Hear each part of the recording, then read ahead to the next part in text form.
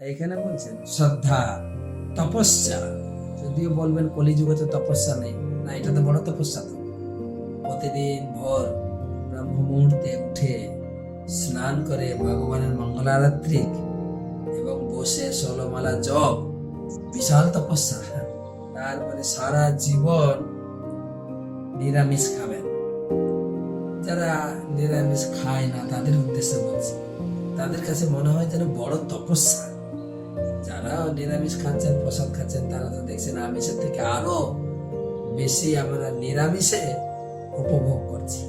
পরে লেপ কম্বল ছেড়ে স্নান করে ভগবানের নাম জপ করা, ভগবানের মঙ্গল আরতি করা তপস্যা।